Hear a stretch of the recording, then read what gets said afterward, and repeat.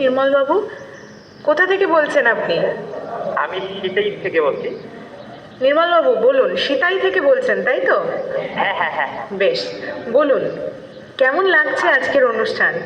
না, খুব ভালো লাগতেছে এইরকম একটা শান্ত পরিবেশের মধ্যে এরকম একটা ভাইয়া, আমাদের কৃষ্টি কালচার কুচবিহারের আমরা রাজবংশী মানুষ যারা, তারা সচরাচর এই ভাইয়ার সঙ্গীতকে খুব ভালোবাসি এবং মনে প্রাণে শুনতে চাই, এবং আমার রিকোয়েস্টেড যে গানটা বললাম যদি সেটা শুনতে পারেন আরো খুব ভালো লাগবে। কোন গান? কাজল ভোমরারে। কাজল ভ্রমরারে চেষ্টা করব।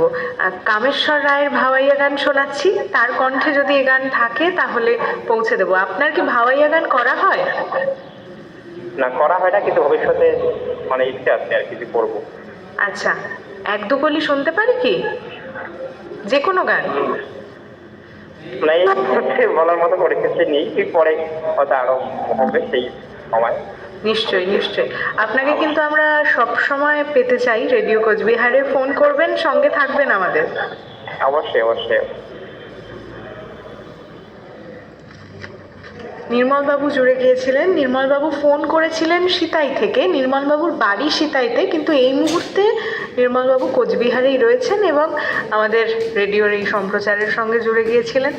ভাওয়াইয়া গান সত্যি আমাদের প্রত্যেকের কাছে ভীষণ পছন্দের গান, মাটির গান। আর এরকম একটা সময়ে হিমেল দুপুরবেলা যখন একটু আধটু করে রোদ বলছে এবারে যেতে হবে, সেই সময় খুব বেশি গরমও নয়, খুব ঠান্ডাও নয়,